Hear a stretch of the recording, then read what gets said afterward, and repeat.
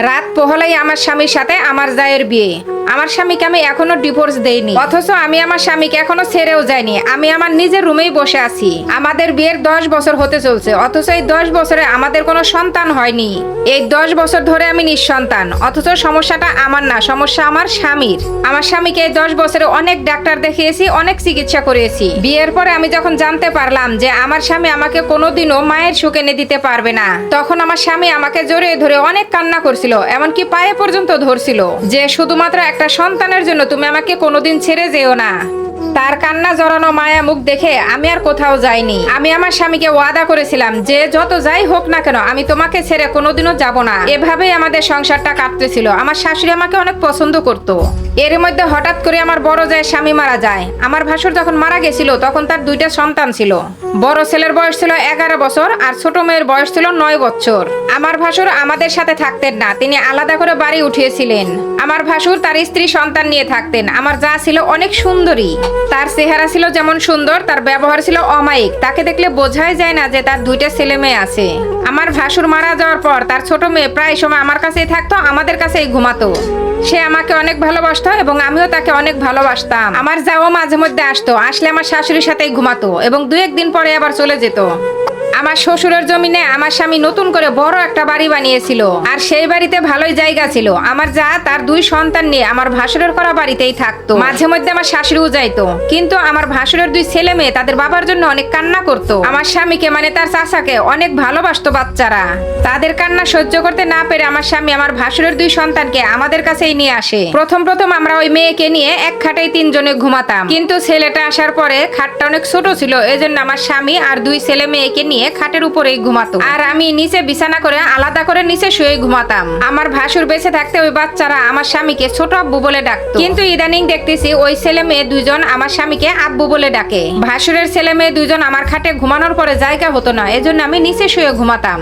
প্রায় সময় নিচে ঘুমাতে একটু সমস্যা হতো, এজন্য আমি মাঝে মধ্যে অন্য রুমে ঘুমাতাম। এভাবেই আমার স্বামী আর আমার ভিতরে দূরত্ব সৃষ্টি হয়।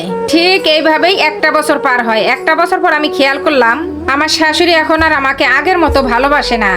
সব সময় শুধু আমার বড় জায়ের প্রশংসা করে, আর আমার স্বামীও শুধু ভাবি ভাবি করে। বুঝতে পারলাম তারা আমার বড় জাকেই প্রাধান্য দিচ্ছে।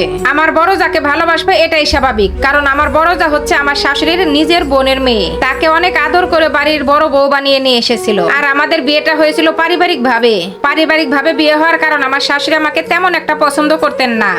সব থেকে বেশি পছন্দ করতেন আমার বড় জাকে। আমার ভাসুর মারা যাওয়ার পর সবাই মিলে আবার সেই বাড়িতে চলে গেলে, কারণ আমার ভাসুর যে বাড়িটা বানিয়েছিলেন সে বাড়িটা ছিল অনেক বড়। আমার বড় জা, আমার ভাসুরের 2 ছেলে মেয়ে, আমার শাশুড়ি, আমার স্বামী সবাই মিলে ওই বাড়িতেই। আমার ইচ্ছে থাকা সত্ত্বেও আমি যেতে পারিনি, কারণ আমি বাড়িতে অনেকগুলো গবাদি পশু পালতাম। খাওয়া দাওয়া তাদের দেখাশোনা আমিই করতাম। আমার স্বামী শাশুড়ি সবাই ওই বাড়িতে যাওয়ার পরে প্রথম আমার স্বামী প্রতিদিনই আমার সাথে দেখা করতে আসতো। এরপর সপ্তাহে 1 দিন আসতেন এবং বাজার করে দিয়ে যাইতেন।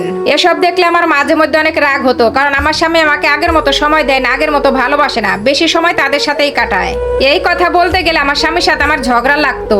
এমনও দিন গেছে আমার স্বামী আমার জন্য বাজার করে নিয়ে আসছে, আমি যদি তখন বলছি যে আজকে রাত্রে আমার কাছে থেকে যাও, তখন আমার স্বামী আমার গায়ে পর্যন্ত হাত তুলছে। আর এজন্যই আমি তাকে জোরও করিনি, শুধু শুধু কথা বললে ঝামেলা বাড়বে। কিন্তু এখন মাস পার হয়ে গেলেও আমার স্বামী এখন আর আমার সাথে দেখা করতে আসে না। হঠাৎ একদিন কিছু না বলে আমার স্বামী আর আমার শাশুড়ি বাসায় আসলো। আমার শাশুড়ি আমাকে ডেকে নিয়ে বলল, শোনো বৌমা, তোমাদের তো আর কখনো বাচ্চা হবে না, তাই আমি ভেবেছি আমার ছোট ছেলের সাথে আমার বড় বউয়ের বিয়ে। আমার বড় বউয়ের তাই আর সারা জীবন একাও থাকতে হবে না, সাথে 2টা বাচ্চাও পাবে। আমার বিয়ের কাবিন ছিল 1 লাখ টাকা। আমার শাশুড়ি আমাকে বললো, আমি তোমাকে 3 লাখ টাকা দিব, তোমার সমস্যা হলে তুমি টাকা নিয়ে যেতে পারো, আর তুমি যদি তাদের সাথে মানিয়ে গুছিয়ে চলতে পারো তাহলে তুমি থেকে যেতে পারো। আমি এই বিষয়গুলো আগে থেকে আন্দাজ করতে পারছিলাম। আমি আমার স্বামীর মুখের দিকে একবার তাকালাম। এই মায়া ভরা মুখটি আমাকে একদিন বলেছিল যে আমি যেন তাকে কোনোদিন ছেড়ে না যাই, অথচ সে আজ আমাকেই ছেড়ে দেওয়ার কথা বলতেছে। আমার স্বামীর উপর আমার এক রাশ অভিমান জমে আছে। যদিও আমি এখন 3 লাখ টাকা নিয়ে যেয়ে কি করব, আমার বাবার বাড়ির অবস্থাও তেমন ভালো ছিল না, আমার মাও বেঁচে নাই। আমি যদি এই টাকা নিয়ে কোথাও চলেও যাই, আমার ভালো জায়গায় আর বিয়ে হবে না। আমি সবকিছু মুখ বুঝে সহ্য করে নিয়েছিলাম, আমি তখন কান্নাও করতে পারি। স্বামী আমাকে রুমে ডেকে নিয়ে বলল, তোমার কখনো কোনো অবহেলা হবে না, আমি তোমাকে সবকিছু দেব। তার এই কথা শুনে আমি হেসে উড়িয়ে দিলাম। কার সাথে আমি কথা বলবো যে আমার সাথে বেইমানি করেছে? নামাজের পাটিতে 2 হাত তুলে আল্লাহর কাছে কান্না করেছি, এই ছিল আমার কপালে।